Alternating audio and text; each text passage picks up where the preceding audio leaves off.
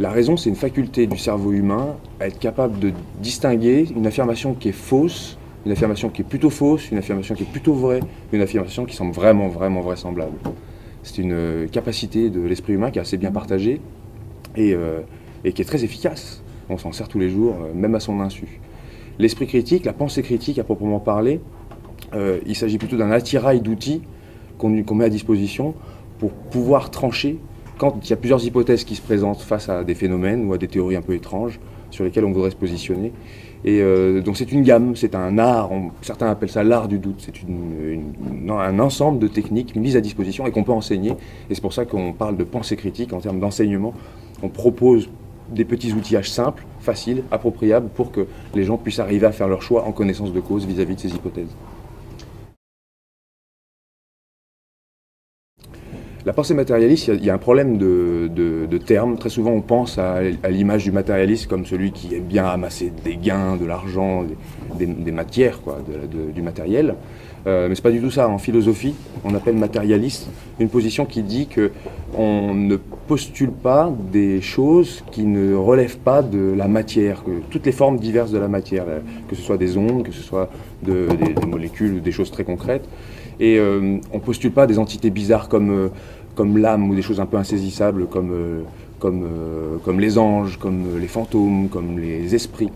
On essaye toujours de se ramener à une lecture matérialiste de la science, on pourrait dire une lecture laïque de la science, parce que si on accepte qu'il y ait des choses qui ne soient pas appréhendables par une investigation scientifique, de fait, si on fait un trou dans cette démarche-là, si on accepte qu'il y a des choses qu'on ne regardera pas sous l'œil scientifique, n'importe quoi d'autre peut se greffer. Si on accepte l'âme, par exemple, on est obligé d'accepter les fantômes, on est obligé d'accepter les ectoplasmes, on est obligé d'accepter les licornes, on est obligé d'accepter tous les animaux fabuleux dont on n'a pas de preuves. À partir du moment où on fait un trou dans cette démarche, c'est un peu fichu. Donc c'est un matérialisme, ça fait un peu savant, mais on dit matérialisme méthodologique. On ne sait pas s'il n'y a pas autre chose ailleurs qui ne soit pas explicable, on ne sait pas s'il n'y a pas des choses qui traînent qu'on ne pourrait pas appréhender, mais dans la démarche, en tout cas, la science, elle est obligée de faire comme ça, de fonctionner sur des choses tangibles qui reposent sur des faits, sur des phénomènes et pas juste sur des vues de l'esprit.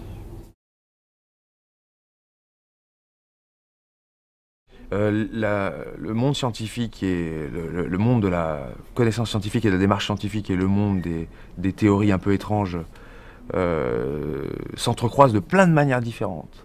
Déjà parce qu'elles sont intéressantes, donc elles stimulent toujours l'imaginaire, donc on a toujours envie, implicitement, on se dit tiens, pourquoi pas. Et elles s'entremêlent aussi parce que la prétention de départ, elle est de type scientifique. On nous dit mais ça marche. Voilà, ça marche, très bien, on n'a qu'à regarder. Et de deux choses l'une, soit on isole quelque chose d'extraordinaire, et c'est parfait, c'est génial, tout le monde est content, on a une connaissance nouvelle, et c'est déjà arrivé dans l'histoire des sciences qu'on découvre, on doutait de quelque chose, et puis on le vérifie. Et le cas peut-être le plus sympathique à raconter en histoire des sciences, c'est peut-être l'histoire tragique de ce médecin Semmelweis, qui était le seul à réussir à abaisser le taux de fièvre puerpérale chez les femmes qui accouchaient. Dans plein d'hôpitaux, les femmes mouraient en couche, et pas trop chez lui, moins chez lui que chez les autres. Et lui, il s'est dit, tiens, mais en fait, je me rends compte que moi, je me lave les mains à chaque fois avant. Bon, ça fait rire maintenant, mais en 1850, ça faisait pas, l'asepsie, c'était pas connu. Et quand il a proposé ça, personne ne l'a cru. Et il a fallu attendre quelques années pour que les gens reconnaissent qu'en fait, le fait de se laver les mains évitait, en passant d'une parturiente à une autre, de transmettre des germes potentiels de la maladie. Donc en fait, la démarche scientifique est un outil pour éclairer des choses parfois nouvelles. Et donc il faut être, quand quelqu'un vient avec une théorie bizarre, moi j'ai dit, bah, bienvenue, venez, on va regarder, vérifions. Soit ça marche si on est content, soit, et c'est la deuxième chose, soit ça marche pas, et il faut le dire. Il faut le dire de manière à ce que les gens puissent se faire une opinion éclairée là-dessus. Après ça, les gens font bien ce qu'ils veulent. S'ils choisissent, par exemple sur la radiesthésie, s'ils regardent le corpus de faits qu'il y a à l'appui de la radiesthésie, et qu'ils se font une opinion éclairée là-dessus, et qu'ils choisissent la radiesthésie, grand bien leur face. C'est leur choix, mais c'est un choix éclairé. On leur a pas menti. Par contre, si on leur amène une information où on a caché tous les aspects un peu négatifs, et qu'on leur met que les aspects positifs qui fonctionnent bien, c'est le début de l'escroquerie intellectuelle. Et il faut se battre contre ça. Donc l'idée, c'est de publier, en fait. Publions les résultats. Donc la science s'entremêle avec ça. La science s'entremêle avec ça parce que on peut vérifier ces affirmations-là. Et soit on trouve pas. Dans tous les cas, on en ressort grandi, quoi.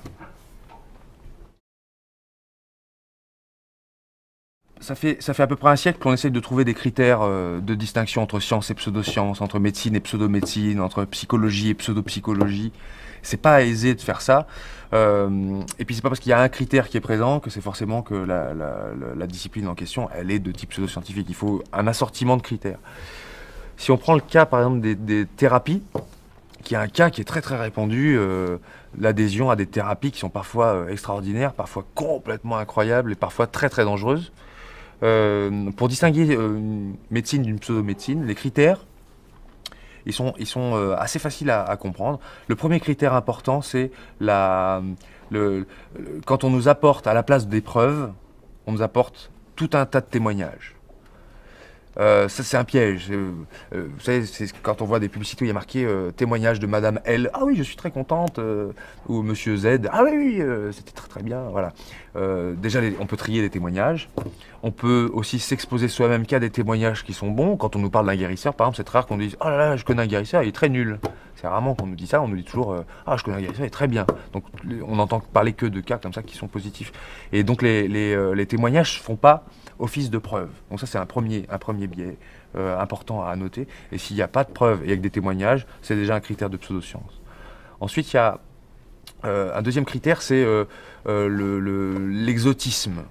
Et l'exotisme, c'est-à-dire, on a souvent tendance à penser que si une technique vient d'Orient, vient d'Amazonie, vient de peuples qu'avant, dans l'imaginaire, on qualifiait d'un peu primitifs, vous savez, ces termes un peu racistes qu'on utilise parfois encore d'ailleurs, en se disant vu qu'ils sont plus près de la Terre, vous voyez, peut-être qu'ils ont une connaissance plus intuitive que nous, modernes, on aurait oublié, quoi.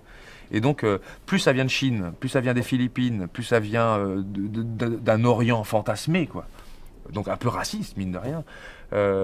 Plus ça vient d'Amazonie ou des Indiens d'Amérique, plus ça aura une couleur un peu particulière, un peu un retour dans l'histoire. Et ça amène un des troisièmes critères qui est celui de l'historicité. Très souvent on nous dit mais ces techniques-là, elles fonctionnent parce que ça fait très longtemps qu'on s'en sert.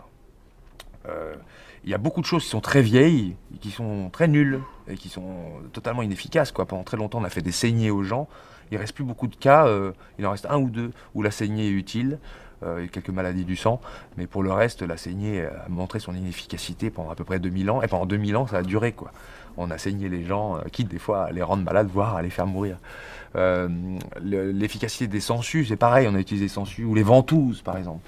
Et les ventouses qu'on mettait sur le dos et qui étaient censées absorber le mal. Bon, ça, c'est des techniques qui sont vieilles, c'est pas parce que c'est vieux que c'est bien, quoi. Il y a des choses qui sont très vieilles, qui sont très, très, très, très mauvaises, il y a des choses très récentes qui sont aussi mauvaises, quoi. C'est pas, le critère d'historicité n'est pas un critère suffisant.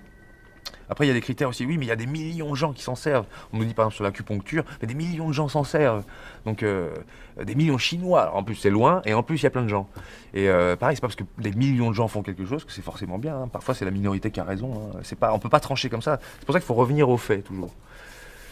Voici 3 critères. Qu'est-ce que je pourrais vous donner comme 4e critère? Le fait que très souvent, l'intuition remplace la démarche hypothético-déductive. On remarque dans les thérapies notamment que le fondateur, généralement un homme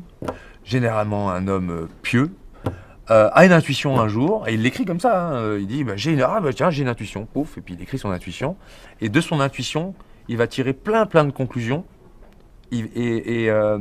sans se donner la preuve de vérifier chacun des aspects de sa conclusion ou de tester son hypothèse. Donc on utilise en science un critère qu'on a emprunté à un épistémologue allemand qui s'appelle Popper. On appelle ça le critère de Popper ou critère de réfutabilité des théories. On dit qu'une théorie, pour être scientifique, c'est pas le seul ingrédient d'une théorie scientifique, mais l'un des principaux, il faut qu'une théorie, elle soit pas irréfutable. Si elle est irréfutable, c'est-à-dire que normalement une théorie, elle doit vous proposer une possibilité de dire qu'elle est fausse. Si vous défendez la théorie de la gravitation, par exemple, vous dites tiens, la théorie de la gravitation, on considère qu'elle est vraie jusqu'au jour où vous prendrez un caillou, et puis au lieu de tomber, il se mettra à monter. Là, on se dira ah tiens, il y a un phénomène qui ne rentre pas dans la théorie, donc il faut que je revoie la théorie. Soit il faut que je la bricole, soit il faut qu'on en change complètement, parce que ça n'explique plus tout à fait les phénomènes qu'on voit arriver. Bon, pour l'instant, ça n'arrive pas dans la gravitation. Par contre, si on vous dit comme c'est le cas par exemple dans les théories d'obédience psychanalytique. On vous dit, vous n'êtes pas convaincu par la théorie de la psychanalytique, c'est parce que vous refoulez. Le refoulement faisant partie lui aussi de la théorie psychanalytique. C'est parce que vous avez un Oedipe mal résolu. C'est encore partie de la théorie psychanalytique. C'est parce que vous faites un déni, etc., etc. En gros, même quand vous avez des faits qui peuvent venir à l'encontre de la théorie, on vous ramène dedans. Je donne l'exemple de la psychanalyse, parce que c'est l'exemple que donnait Popper en 1940. C'est l'exemple qu'il a pris pour montrer ce critère. Donc si une théorie contient elle-même sa propre réfutation, c'est mal parti. C'est ce qui se passe aussi quand on fait des stages de coaching et de développement personnel, où on vous dit, ou dans certaines sectes, même dans certaines dérives sectaires graves comme celle de Shoko Asahara, qui a donné la secte Aum Vérité Suprême, qui est assez célèbre pour avoir organisé du gaz sarin dans le métro à Tokyo en 1995. Il disait à ses adeptes, travaillez, travaillez, travaillez, vous arriverez un jour à l'éviter. C'est-à-dire flotter dans les airs et tout. Donc il y avait des stages d'entraînement, c'est absolument tragique les stages d'entraînement qu'ils faisaient. Et quand ils réussissaient pas, ce qui était le cas de 100% des adeptes qui étaient là, on leur disait mais c'est parce que tu n'as pas assez travaillé. Et hop, on vous réincorpore encore dans la théorie. Donc on ne peut pas montrer que la théorie de Shoko Asahara est fausse parce qu'elle est irréfutable en soi. Donc là, en général, en science, on appelle plus ça une théorie. On appelle ça un scénario, quelque chose de figé, qui ne bouge plus.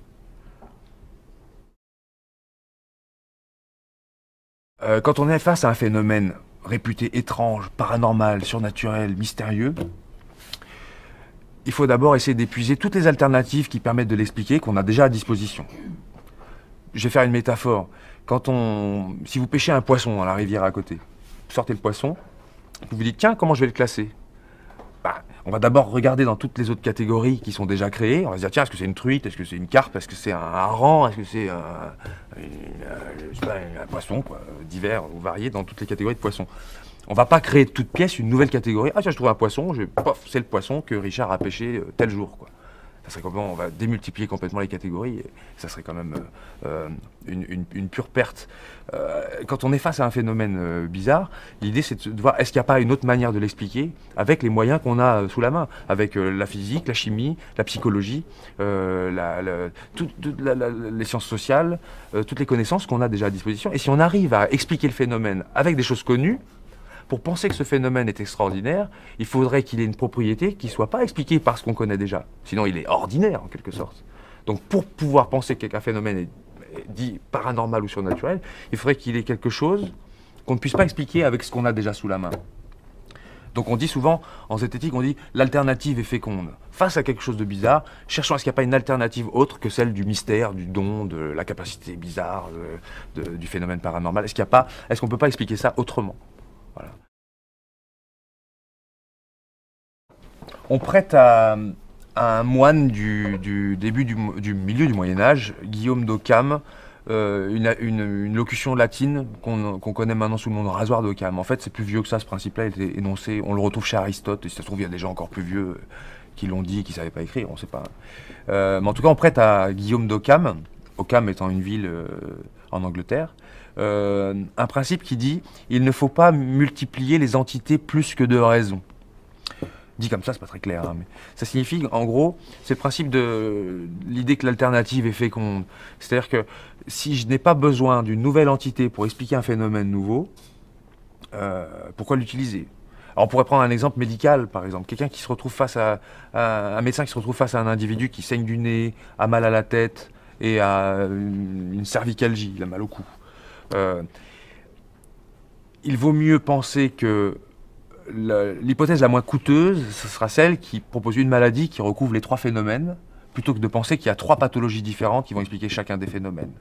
On ne sait pas si c'est vrai, si ça se trouve on se trompe, mais en tout cas il est plus logique de privilégier l'hypothèse la moins coûteuse au départ, celle qui met en jeu le moins d'entités. Alors on parle de rasoir d'Occam parce que ça permet de couper les entités non nécessaires, comme on dit. On rase les entités non nécessaires. Donc souvent on comprend mal le rasoir d'Occam parce qu'on se dit « Ah donc c'est le plus simple qui est vrai ». Mais ça, on n'en sait rien. C'est pas vrai. Ça ne dit pas si c'est le plus simple qui est vrai. Ça dit il est logique de privilégier la solution la plus simple. Mais c'est pas sûr qu'elle soit vraie. Mais c'est logique d'abord de privilégier la plus simple.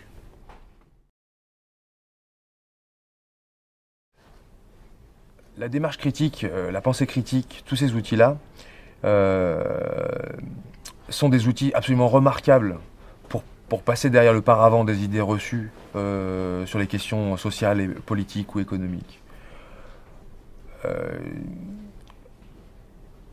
On tire souvent des conclusions très hâtives sur des populations. On tire des conclusions hâtives sur les différenciations entre les sexes. On tire des conclusions hâtives sur la différenciation entre les peuples. On tire des conclusions sur, par exemple, on essaie de traiter la délinquance. Prenons l'exemple de la délinquance. On dit, la délinquance, voilà déjà un mot. Si on a une démarche critique, zététique là-dessus, on se dit, bon, délinquance, qu'est-ce que ça veut dire, quoi? C'est faire un acte délinquant. Mais alors, qui qualifie l'acte de délinquant? Qu'est-ce que c'est? Est-ce que voler du pain quand on veut nourrir ses enfants qui crèvent, est-ce que c'est un acte délinquant? En fait, oui, mais vous voyez, tout de suite, moralement, pourtant, ça peut justifier, quoi. Donc, déjà, le mot délinquant contient déjà une part d'effet impact, comme on dit.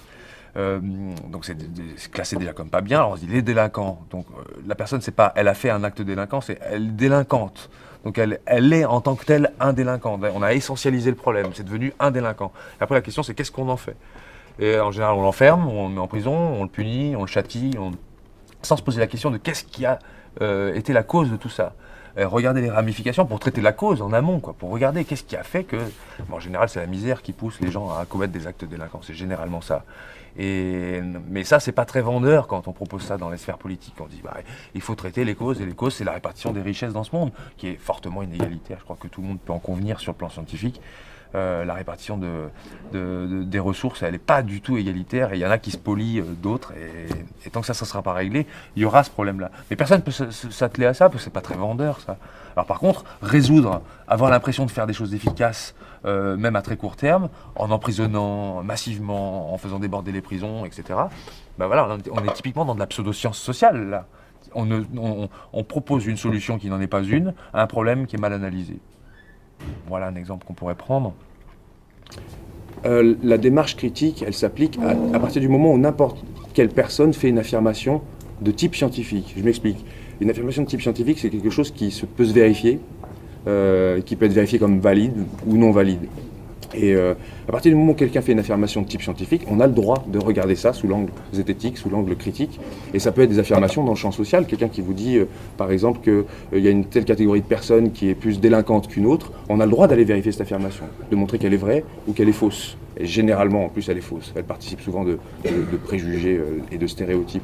Quand quelqu'un vous dit que tel modèle économique est valide et fonctionne, on a le droit d'aller vérifier. Le citoyen a le droit de se dire, est-ce que je peux vérifier qu'est-ce qu'on me dit est réel ou non? Dans le champ social, on pourrait prendre comme exemple aussi, en termes de psychologie, par exemple, pendant longtemps, on a considéré que l'autisme était le fait d'un manque affectif lié fortement à la mère. C'est à la maman, quoi. On appelait ça le concept des mères réfrigératrices, qui serait donc, ça serait leur faute si l'enfant développait un autisme. Et cette théorie-là, donc, a été pendant longtemps avancée, sans preuve, et de fait, maintenant, on sait que cette théorie est fausse, on peut vérifier ça, on sait maintenant que c'est faux, et que la composante est fortement génétique. Donc, dans le champ social, il y a des affirmations aussi politiques. On parle de sciences politiques, c'est bien pour ça qu'il y a des choses qui sont plus vraies que fausses, et il y a des modèles politiques qu'on peut montrer comme étant plus faux que d'autres, ou moins justes dans les prétentions qu'ils prétendent avoir, quoi. Quand quelqu'un... on peut aussi l'appliquer sur les rhétoriques. Là, on est dans une période politique assez particulière, où les personnages politiques, quand ils viennent à la télévision, ils proposent des choses qui ont l'air... qui semblent être vraies. On devrait avoir les moyens de pouvoir les vérifier. Et quand ils utilisent parfois des formes rhétoriques un peu fausses, des arguments un peu fallacieux, on doit avoir les outils pour pouvoir se dire « Ah là, il est en train de me mener en bateau ». On doit avoir des outils comme ça pour créer une autodéfense intellectuelle, en quelque sorte. Et ça s'applique aussi bien en sciences politiques, en sciences sociales, en sciences économiques, en sciences physiques, sur les questions d'histoire aussi. On peut avoir une lecture de la science historique critique. Et il y a des gens qui utilisent l'histoire à des fins critiques. Et il y a des gens qui utilisent l'histoire à des fins, par contre, idéologiques, qui vont aller chercher des personnages et les réutiliser à leur propre sauce, que ce soit les personnages comme Jeanne d'Arc, qui ont été réels mais qui sont réutilisés. Puis ça peut être aussi des personnages qui sont embellis. On les embellit. Alors on embellit Napoléon, on embellit un peu la mémoire de certains personnages. On voit des hommes politiques qui vont récupérer un peu comme ça, ils font une moisson un peu des personnages qui les intéressent, et donc ils réécrivent en quelque sorte une histoire. On nous a réécrit l'histoire avec les Gaulois, par exemple, on nous dit que nos ancêtres sont les Gaulois, alors qu'en fait nos ancêtres c'est beaucoup plus compliqué que ça, mais l'image d'un groupe, d'un peuple, en plus un peu guerrier, un peu sympathique, un peu Astérix, quoi, bah, c'est plutôt séduisant, puisqu'il résistait aux Romains. Alors, c'est parfait, on a tout de suite le mythe fondateur d'une civilisation. Et on remarque que dans toutes les civilisations, quasiment, il y a un mythe fondateur qui est presque créé de toutes pièces. Ça, on peut le vérifier, on peut le critiquer.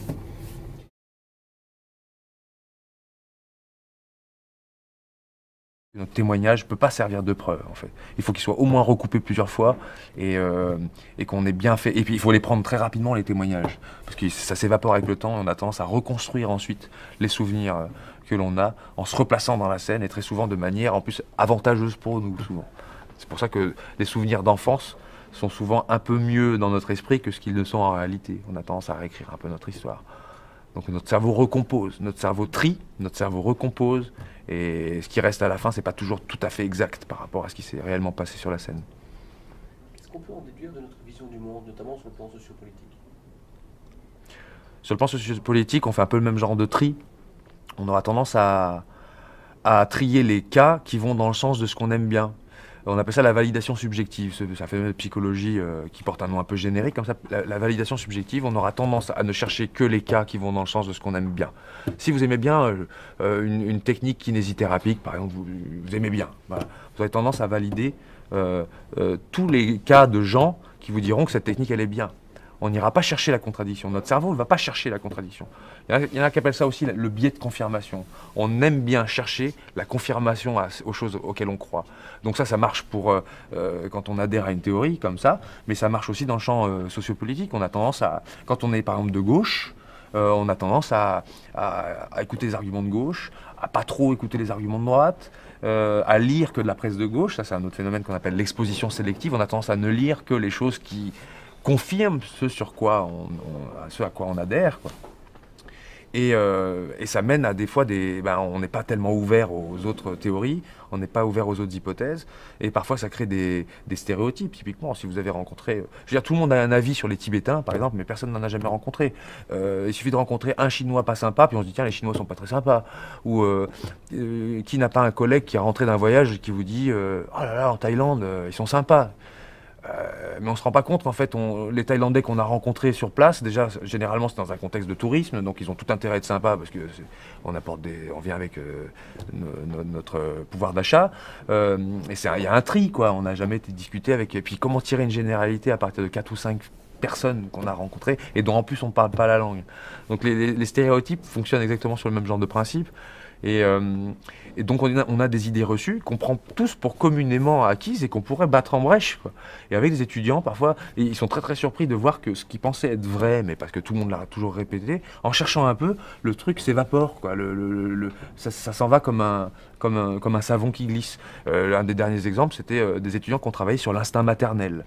Tout le monde est persuadé que l'instinct maternel, ça existe. Et bien l'instinct maternel, c'est pas si clair que ça. L'instinct maternel, on ne sait pas si l'instinct maternel est vraiment maternel, est-ce qu'il n'est pas aussi paternel, est-ce qu'il n'est pas partagé, est-ce que c'est vraiment un instinct ou est-ce que c'est quelque chose qui s'éduque parce qu'on mime ce qu'on a vu faire dans notre enfance par les adultes, qu'est-ce qu'ils faisaient quand ils faisaient la précaution vis-à-vis des autres, est-ce que c'est du mimétisme comme on retrouve chez les animaux, ou est-ce que c'est vraiment un instinct maternel qui s'exprimerait que chez les mères et pas chez les pères? Et en plus, maintenant, quand on voit les familles qui sont des compositions un peu différentes, on se rend compte qu'il n'y a pas besoin d'être le parent biologique d'un enfant pour avoir un instinct maternel. Et puis, il n'y a pas besoin d'avoir un instinct maternel pour aller sauver un enfant qui est coincé sous un camion, même si c'est pas le nôtre. Voilà. Et donc, c'est beaucoup plus compliqué que ce qu'on pense. C'est pas si simple que ça. C'est comme quand on dit que les femmes sont plus intuitives que les hommes, ou qu'on dit qu'elles sont plus douées pour les travaux ménagers ou domestiques, par exemple. Voilà, c'est le genre d'affirmation où tout le monde souscrit plus ou moins à ça, ou que les filles sont plus sensibles, elles aiment bien se déguiser en fées. Parfois, il faut remonter un peu derrière ça et se rendre compte qu'il y a une construction sociale qui est à l'œuvre, notamment le fait que il suffit de rentrer dans un magasin de jouets pour se rendre compte que la construction sociale commence très très tôt. Et c'est ça qu'on peut regarder. Ne pas se baser sur les idées reçues qu'on a de manière générale sur la société, sur les groupes sociaux, les préjugés raciaux, ce genre de choses. Essayer de remonter aux sources, quoi. On nous dit toujours que les Noirs courent vite. Est-ce qu'ils courent réellement plus vite que... Qui va vérifier que les Noirs courent plus vite? C'est parce que juste on regarde que les meilleurs sprinteurs au monde en ce moment sont Noirs qu'on conclut que les Noirs courent vite. Est-ce qu'il faudrait conclure aussi que les Noirs skient pas? Parce qu'on n'en voit pas beaucoup sur les podiums de ski. On voit bien qu'il y a d'autres paramètres qui sont en jeu.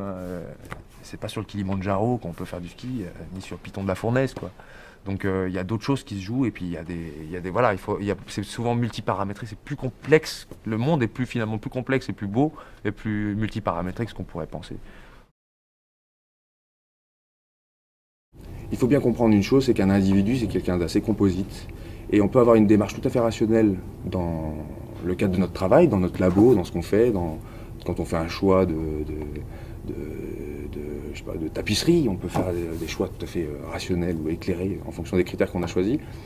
Et c'est pas pour autant que notre personnalité ne contient pas aussi des bribes de ce qu'on appelle l'irrationalité. Et l'irrationalité, c'est pas quelque chose de mal, hein. C'est ce qui fait qu'on tombe souvent amoureux, souvent pour des raisons qu'on ne maîtrise pas. C'est ce qui fait qu'on aime un poème ou qu'on aime un film ou qu'on a une sensibilité. C'est aussi des principes irrationnels qui nous font parfois adhérer à des causes ultimes ou à des causes supérieures.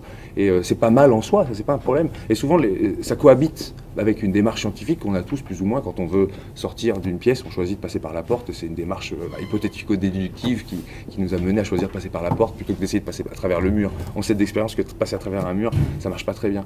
Et donc on a souvent tendance à se dire, bon, il y a des individus rationnels, puis il y a des individus qui sont plutôt irrationnels. Mais c'est pas tout à fait vrai, hein. On est tous un peu irrationnels à certains moments. Quand on voit les probabilités qu'il y a à gagner au loto, on pourrait se demander, mais quel est l'intérêt de jouer au loto, à part vouloir payer un impôt indirect en plus? Il n'y a pas vraiment de raison. D'ailleurs, c'était une très très bonne idée pour l'État de lancer la loterie nationale. Ça leur permet de faire un gain assez monstrueux. Alors pourquoi on se soumet à ça, en fait? Vu que la probabilité est super faible de gagner, pourquoi on se soumet à ça? En plus, les gens commencent à avoir cette notion de probabilité. Ils savent bien qu'ils ont peu de chances de gagner. Si on veut comprendre ce phénomène, je crois qu'il faut faire une analyse un peu plus sociale de la problématique. Pour beaucoup de gens, il semble que le moteur essentiel, ce soit l'idée que c'est peut-être la seule possibilité qu'ils ont un jour de devenir riches, tout simplement. Autant la prendre, puisque c'est la seule qu'ils ont.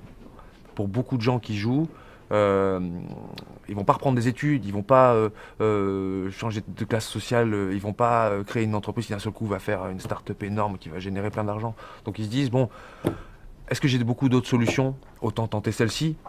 Finalement, c'est pas si coûteux par rapport au rêve que ça me donne, quand bien même je l'aurais jamais. On paye cette part de rêve, mais de la même façon que parfois on paye une part de rêve en achetant un voyage sur la base d'une simple publicité, hein. La publicité, c'est le même principe, hein. On paye une part de rêve, quoi. Et c'est pas idiot, quoi, de jouer au loto. C'est pas idiot. On gagnera pas, mais ça ça aide à vivre. Alors après, on pourrait se dire, politiquement, on pourrait se dire, bon, il y aurait peut-être d'autres moyens, quoi. C'est-à-dire peut-être se battre pour une répartition des richesses plus juste. Il y aurait peut-être d'autres méthodes un peu plus révolutionnaires ou plus actives pour rétablir un peu une équité dans la répartition de l'argent. C'est la méthode la plus conservatrice, en fait. C'est celle où on se dit, bon, bah, allez, je tente ma chance et si je l'ai pas, tant pis, les choses sont comme elles sont, quoi. Je pense qu'il y aurait d'autres manières, quoi. Il y aurait d'autres manières de renégocier la répartition de l'argent qui éviterait à des gens d'aller tenter cette loterie.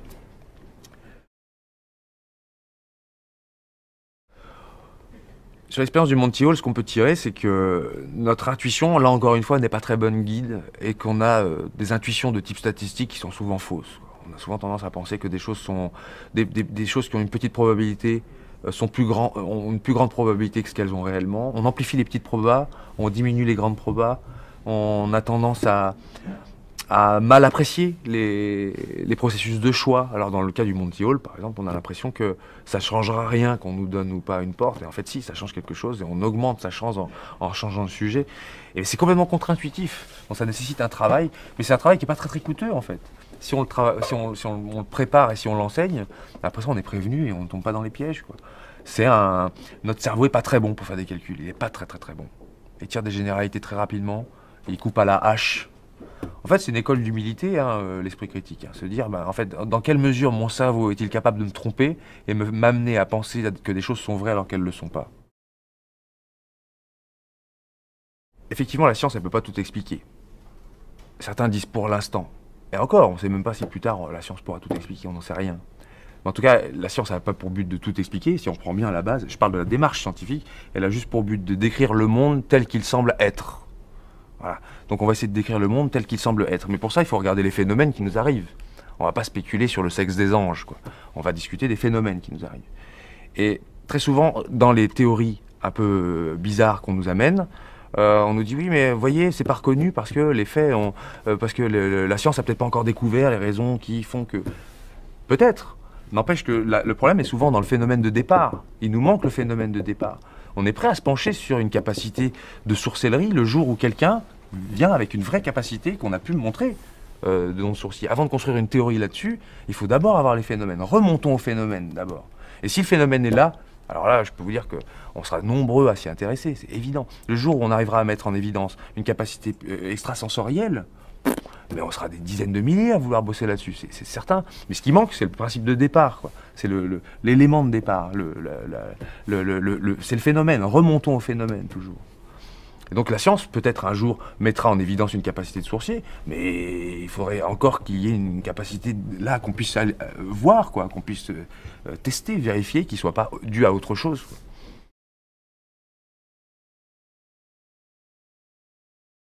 La démarche la plus saine vis-à-vis de sollicitations de ce genre, c'est d'abord de se dire, bon, qu'est-ce qu'on me donne comme élément pour me convaincre que ça fonctionne vraiment? Comment je peux remonter à la source? Sur quelle base de preuves je vais adhérer à ce qu'on me dit? Imaginez qu'on vous propose les services d'un radiesthésiste, par exemple. Quels sont les moyens que j'ai pour choisir entre un bon radiesthésiste et puis un mauvais radiesthésiste? Sur quels critères je vais pouvoir choisir? Demander ça, c'est comme demander à choisir entre un bon et un mauvais garagiste, quoi. Il devrait y avoir des moyens de vérifier la prétention qu'a la personne, ce qu'elle nous propose. C'est le service après-vente, normalement. C'est juste légitime de demander ça. Donc la première réaction que je proposerais, c'est demandons-nous pourquoi je vais donner mon crédit à cette théorie plutôt qu'à telle autre. Quelle est la source de ça? Quel est l'échantillon de preuves qu'on a là-dessus? Et quels sont les moyens que je peux avoir pour distinguer entre un bon, quelqu'un d'efficace, et quelqu'un de moins bon, quelqu'un de moins efficace? Et là-dedans, on est déjà dans une démarche scientifique.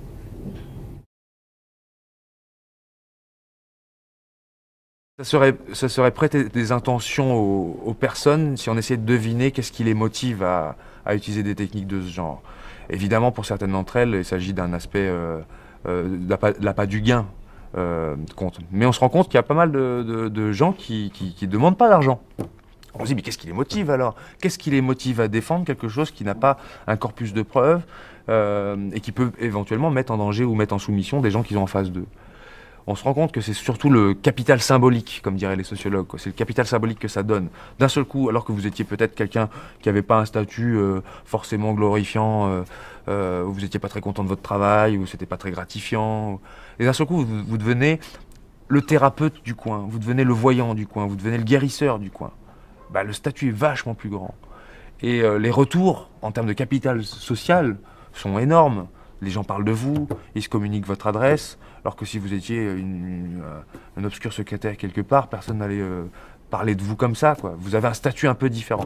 Et c'est largement plus important. J'ai bien l'impression, chez les personnes que j'ai rencontrées, c'est plus important cette composante-là que l'aspect vénal, l'argent, quoi.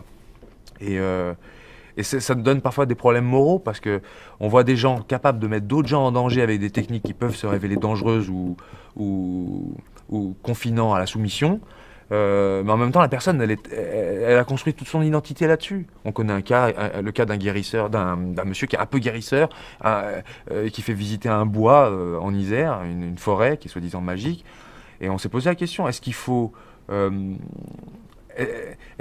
informer les gens que les prétentions autour de cette forêt sont pas fondées, sachant que si on fait ça, on met la personne et sa personnalité en jeu, quoi. Parce que d'un seul coup, c'est toute sa vie qui peut s'effondrer à ce brave homme.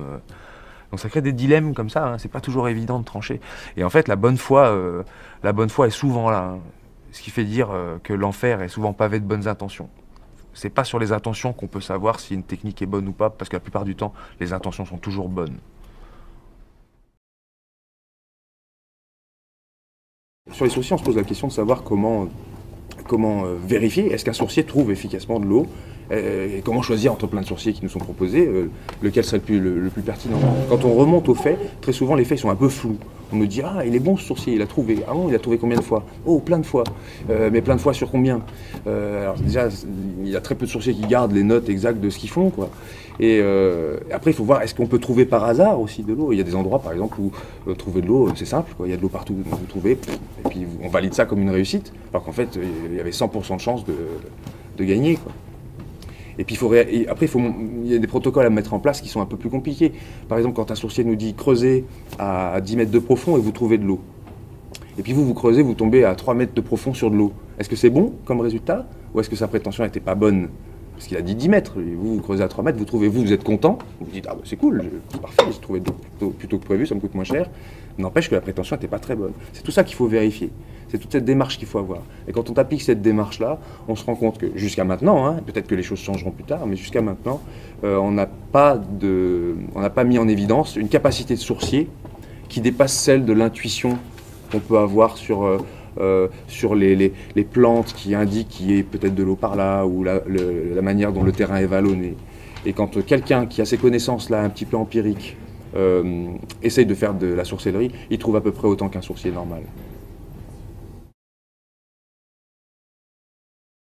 Il s'agit d'une idée reçue, d'une idée assez répandue, reçue, qui nous dit que notre cerveau serait capable de facultés extraordinaires qu'on n'aurait pas encore explorées ou qu'on aurait perdues, ou que la société moderne nous aurait effacées, plus ou moins, et qu'il suffirait de faire un travail assez approfondi sur nous pour se les réapproprier, pour les faire renaître, pour les faire réémerger. Souvent, les gens qui prétendent avoir des capacités psychiques, comme on dit, disent que ce sont des choses qu'on porte tous en soi. C'est pas un don venu d'ailleurs, mais c'est souvent quelque chose qu'on porte et qu'on ne travaille pas. Et ça, c'est très satisfaisant intellectuellement, parce qu'on a envie de se dire ça. On a envie de croire qu'on n'utilise que 10% de notre cerveau, comme on nous le répète régulièrement, et qui est une idée archi-fausse. On a envie de se dire, bah, avec un peu d'effort, peut-être que je pourrais arriver à développer ça et à progresser, peut-être sortir d'un mal-être que je vis. Et il y a des gens qui viennent proposer des théories là-dessus, et qui nous proposent des systèmes qui nous permettraient de se réapproprier cette partie du cerveau qu'on n'utiliserait pas. Et c'est là où on devient vite dépendant, parce qu'on va essayer des techniques qui nous donnent l'illusion d'augmenter nos capacités, et puis, mais en fait on vous fait comprendre que c'est pas encore suffisant, que vous pouvez encore progresser, et finalement on se retrouve dans un engrenage petit à petit qui peut nous rendre très dépendants d'un thérapeute quand c'est un thérapeute, d'un praticien quand c'est un praticien, quand c'est un psychique, comme on dit aussi, on peut rentrer dans des démarches comme ça où il y a même parfois des systèmes de grades, et une fois qu'on est rentré là-dedans, c'est très difficile de s'en sortir. C'est très séduisant, on se dit, mais si ça se trouve, j'ai pas encore obtenu les effets télépathiques que je cherche, mais parce que j'ai pas assez travaillé, quoi. Il y a toujours, ça revient toujours sur nous, la responsabilité de ne pas avoir réussi à progresser. Alors qu'en fait, tout simplement, j'ai tendance à penser qu'il n'y a pas de capacité extrasensorielle que l'on n'ait pas pu développer, et que si elles existent quelque part, en tout cas, on n'en a pas encore la preuve. Mais on les cherche, s'il y en a, on les trouvera, mais s'il n'y en a pas, acceptons notre cerveau comme il est, avec ses défauts, avec ses joies, et apprenons à manier l'outil critique sur ces sujets-là. On évitera souvent des aliénations assez fortes autour notamment de techniques de coaching un peu particulières qui seraient censées vous faire progresser sur la route d'un cerveau étendu, plus grand. Le rôle des médias là-dedans, dans la profusion d'idées reçues et de pseudosciences, qu'elles soient des pseudosciences expérimentales ou des pseudosciences politiques, est absolument énorme, pour une raison très simple en fait, qui est facile à comprendre. Les médias n'ont pour seul but, nous on pense que les médias ils ont pour but de nous informer, c'est pas du tout ça le but des médias, hein. Le but des médias est d'abord de gagner sa vie, quoi, de gagner sa croûte. Et donc plus les médias sont des conglomérats privés, plus leurs méthodes sont même publiques, parfois ça arrive aussi, plus les méthodes visent à générer du pognon. Et pour générer du pognon, il vaut mieux jouer sur les fibres, qui sont sur les tendances de l'esprit humain à tout de suite embrayer. Alors on joue sur le sécuritaire, on peut jouer sur la peur, on peut jouer sur l'affect, on peut jouer sur la promesse et l'espoir, etc. Alors c'est exactement les mêmes ingrédients qui amènent les gens à adhérer à des théories paramédicales ou pseudo-médicales. C'est souvent l'espoir qui est vanté. Bon, et ben quand j'ai vu des Sciences et Vie, par exemple, ou des Sciences et Avenir, ou des revues quand même relativement réputées ou lues, et qui proposent Espoir, vous pouvez dire adieu à vos lunettes. Et ils annoncent ça il y a 30 ans, et il y a encore plein de gens qui ont des lunettes. On nous annonce enfin le médicament contre le cancer. Vous êtes sûr, en faisant une couverture comme ça, que les gens vont se dire ah, bah, le cancer, c'est moche, donc j'aimerais bien traiter la question. Donc ils achètent le bouquin, puis en fait, il y a 2 ans, il y a une solution qui finalement sera oubliée plus tard. On voit que c'est de manière permanente un flux sans fin de scoops plus ou moins faux. Et on n'a pas le temps de traiter toutes ces infos, et donc on se dit bon, bah, je vais acheter celui-là, ou je vais me servir de ça. Et quand on vérifie, très souvent, l'affirmation qui était sur la couverture n'est déjà pas la même que celle qu'il y avait à l'intérieur. Et quand on regarde celle qui est à l'intérieur, elle n'est déjà pas la même que la publication d'origine. Et la publication d'origine elle-même, elle n'est passée que parce qu'elle était déjà un peu spectaculaire. Si ça se trouve, même le scientifique a un peu mis en avant les meilleures données, et puis pas les moins. Et il y a tout un processus comme ça, un peu vilain, qui fait que c'est souvent pour un public qui n'est pas scientifique en plus, ils se retrouvent confrontés à des trucs, bah ça y est, on a trouvé la solution pour ça, ou attention, il faut avoir peur de ça, ou méfiez-vous, un astéroïde va vous tomber sur la courge bientôt. Ou... Donc évidemment, des gens démunis sur ces processus de construction de l'information, des gens qui en plus sont un peu peut-être complexisés, n'ont peut-être pas fait de science, et ils pensent que c'est impossible, alors qu'en fait la plupart du temps on fait tous de la science sans s'en rendre compte, et qu'il n'y a vraiment pas de quoi être complexé. Hein. Mais ils se disent bon ben alors je vais les croire, puisque c'est quand même une revue de science qui me dit ça, donc je vais les croire, donc je vais m'inquiéter. Et donc les gens qu'on inquiète, en général, leurs réactions, elles sont vite pas très fines, quoi. Et on embraye, quoi. Donc c'est comme ça aussi que dans les sphères politiques, on joue sur sécuritaire à mort. Comme ça, on est sûr que les gens vont tout de suite embrayer de la même façon. Et alors on se dit des fois, oui, mais les médias, ils n'ont pas une pensée homogène. Non, mais en fait, c'est les ressorts qui stimulent l'esprit humain, ils sont pas très nombreux, donc ils jouent tous à peu près sur la même chose. Un jour, une boîte de production me contacte et me dit, voilà, on a un phénomène qui nous est relaté, l'histoire d'entités extraterrestres qui qui auraient violé une personne, voilà, pendant la nuit. Bon, histoire que je connaissais, histoire qui a fait l'objet de bouquins, qui est connue depuis une trentaine d'années, etc., etc. Elle me dit, voilà, est-ce que vous avez connaissance de cas comme ça? Est-ce que vous avez une alternative explicative à ce phénomène-là? Et je dis, au labo du sommeil, à Grenoble, sont assez bien décrites ce qu'on appelle les paralysies du sommeil, dont certaines d'entre elles recoupent à peu près toutes les caractéristiques qu'a vécu la personne. Alors, pour parler de ce cas-là précisément, on ne peut pas, il aurait fallu être sous le lit, puis être là à ce moment-là. Mais en tout cas, de manière générale, les gens qui relatent l'impression que quelqu'un est allongé sur eux, ils ne peuvent pas bouger et pourtant ils sont réveillés, et ben ça on sait le décrire maintenant scientifiquement parlant. Ça porte un nom, ça a des syndromes différents qui portent, on se réveille, on a l'impression qu'il y a un poids, c'est une illusion en fait, et puis on est en atonie complète, on n'arrive pas à bouger ses membres, on ne peut pas bouger quoi. Donc quelqu'un qui ne sait pas que ça peut lui arriver, quand il vit ça, il est terrorisé quoi, il peut avoir un moment de peur assez intense. Et alors j'explique ça aux journalistes, et le journaliste il me dit ah oui mais là si je dis ça, moi dans mon reportage je coule le sujet. Je dis comment vous coulez le sujet? Il dit bah oui, après c'est fini, y a plus, si on arrive à expliquer ça comme ça, il n'y a plus de paranormal quoi. Je dis ouais mais vous avez quand même un devoir d'informer les gens qui sont en souffrance par rapport à ça. C'est-à-dire que c'est quand même plus joyeux de se dire tiens j'ai une paralysie du sommeil comme à peu près une personne sur 6 ou 7 dans ce bas monde, au moins une fois dans sa vie vivra ça. C'est plutôt rassurant de savoir ça plutôt que de se dire que c'est peut-être un extraterrestre qui vient me violer la nuit quoi. C'est quand même important de le dire aux gens pour qu'ils soient pas qu'ils puissent puis s'ils veulent vraiment croire à l'extraterrestre, c'est leur problème après. Au moins ils ont des alternatives. Le type il m'a dit ah ouais mais moi ça m'ennuie, ça tue mon sujet, salut. Voilà. Et donc l'info est pas passée. L'info n'est pas passée. Et pourtant, il en va de la... C'est presque de la santé publique parfois, ce genre d'informations. Il faudrait les donner, quoi. Et là, le rôle des médias est assez sournois. Alors, je parle même pas des cas où les médias sont complètement instrumentalisés pour mettre en scène des départs pour la guerre, par exemple. Des exemples de faux, où là vraiment ce sont des faux de type scientifique. Hein.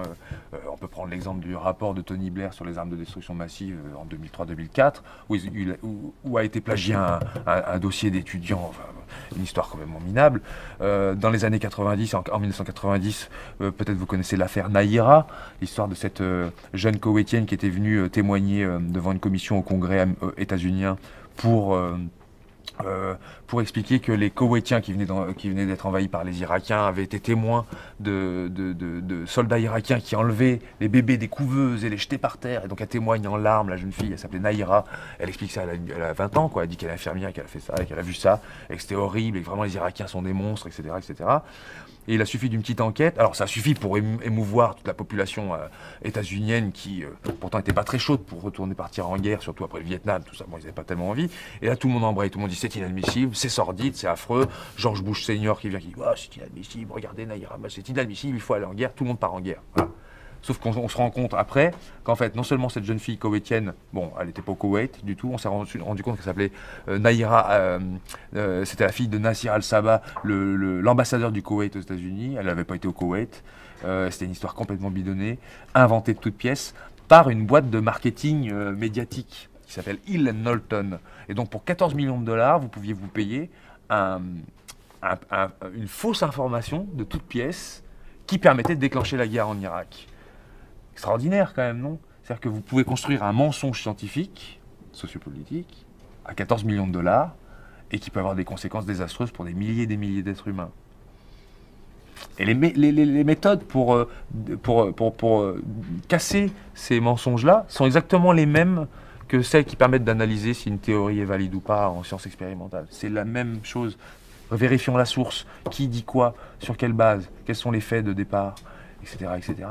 Entre vérifier s'il existe un fantôme dans une abbaye hantée ou s'il existe des armes de destruction massive en Irak, la méthodologie est la même. L'objet n'est pas le même, mais la méthodologie est exactement la même. Si tout le monde s'approprie cette démarche-là, on se rendra vite compte que la science comme démarche, c'est super subversif, ça casse les idées reçues, ça casse les mensonges, les gens pourront plus dire n'importe quoi, on aura les moyens de vérifier un peu l'information qui circule, on pourra fesser, déculotter et fesser les bonimenteurs nationaux et internationaux, si je peux me permettre l'expression.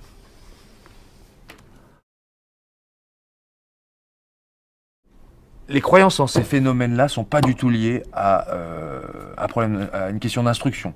On s'est rendu compte dans plusieurs études différentes, surtout dans les années 70, où ça a été un peu le moment où on s'est posé la question, mais comment se fait-il que des gens vachement instruits soient capables d'adhérer, notamment à cette période où il y avait des tordeurs de métaux, des psychokinètes, des gens qui déplaçaient des objets à distance. Comment ça se fait que des gens qui n'ont pas fait d'études embrayent pas forcément, et comment se fait-il que des gens qui ont fait plein d'études peuvent parfois embrayer? Et c'est là on s'est rendu compte que la différence entre science et pseudo-science, eh ben, elle méritait d'être enseignée parce qu'en fait, elle n'était pas contenue dans l'enseignement basique des individus. Et il y a eu quelques tests qui ont été faits par des sociologues sur, en fonction de la période, de la quantité de contenu scientifique qu'on a absorbé dans le cours de son éducation, est-ce qu'il y avait une tendance à moins adhérer ou plus adhérer à des théories bizarres. Et en fait, c'est pas très clair, mais on voit que c'est pas les gens qui ont fait le plus d'études qui ont le plus tendance à adhérer à des techniques bizarres, mais c'est pas non plus ceux qui en ont fait le moins. Il y a une sorte de... ça fait un peu une cloche, quoi. Vous avez une... Et par contre, il y a des catégories socioprofessionnelles qui semblent être plus représentées, quoi. Si j'en crois les études de Bois et Michelat aux alentours des années 2000, il semble qu'il y ait des professions comme ça qui soient un peu plus enclines à adhérer à des techniques que d'autres. Et il y a des hypothèses là-dessus, mais elles sont sous forme d'hypothèses. Donc une hypothèse, ça mérite d'être démontré. Je lance ça en l'air. Il semble que ce soit les catégories socioprofessionnelles qui sont un peu en souffrance vis-à-vis de leur statut, qui ont tendance à aller chercher un autre domaine d'expertise, assez facilement appropriable. On remarque que, par exemple, chez les infirmiers et les infirmières, peut-être parce qu'ils sont assujettis à une soumission dans l'ordre médical, à des médecins qui ont un peu un pouvoir un peu démesuré par rapport à eux, ben c'est l'occasion, ces petites techniques-là, de se réapproprier un savoir qui est à eux et qui leur donne la possibilité un peu d'être un peu prescripteur. On voit que chez les instituts aussi, surtout chez les instituts qui... il y a des instituts qui sont très bien là où ils sont et ils sont très contents de faire ce qu'ils font, qui est un métier absolument merveilleux d'ailleurs, mais il y a des instituts qui sont déçus de ne pas avoir réussi à passer un certificat qui leur permettait d'être enseignants supérieurs ou enseignants du secondaire, et le vivent mal. Et est-ce que c'est ça ? C'est mon hypothèse, c'est une des hypothèses qui est défendue par d'autres personnes aussi. Est-ce que c'est cette souffrance sociale-là qui fait qu'on se dit, bah tiens, je vais m'approprier un autre domaine à côté. En plus, c'est souvent assez rapide à s'approprier. Et on devient très rapidement un deuxième professionnel, quoi. On a une deuxième petite profession qui peut rapporter ou non, hein. C'est l'hypothèse sociale que je fais. Je ne sais pas si elle est vraie. Le temps nous le dira peut-être.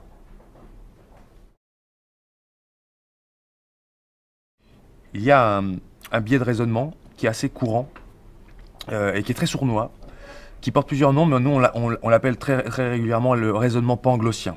Du nom de Pangloss, ce personnage du livre Candide de Voltaire, personnage qui était prof alors si je me rappelle bien, de métaphysico, cosmo, théologico-niglologie, je crois bien.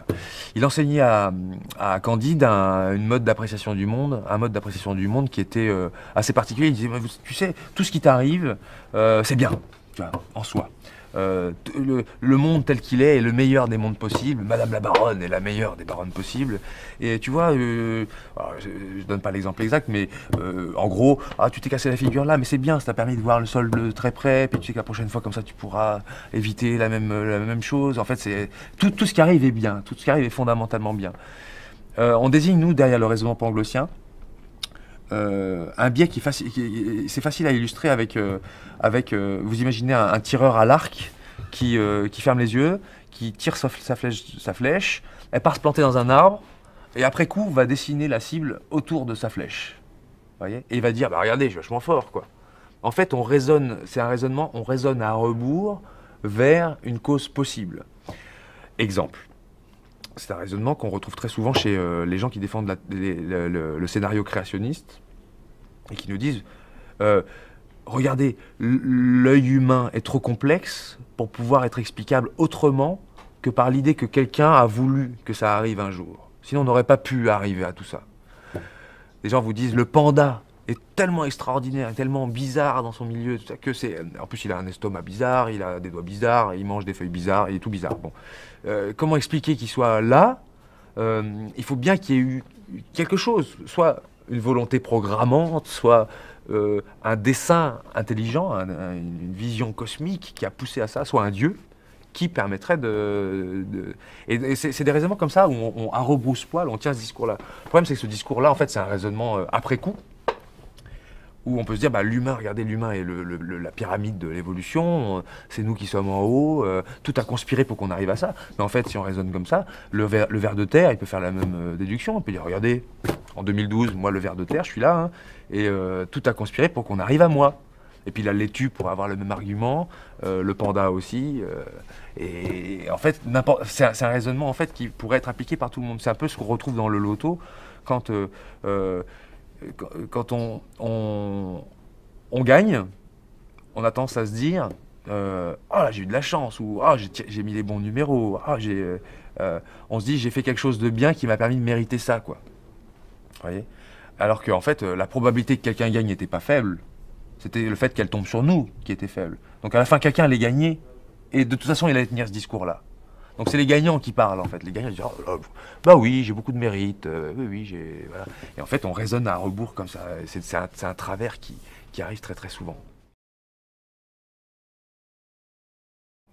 Le cold reading, c'est une méthode, lecture à froid, on appelle ça aussi, c'est une méthode qui est assez facile à s'approprier et qui donne l'impression qu'on est capable de dire des choses sur les individus quand on les a en face de nous.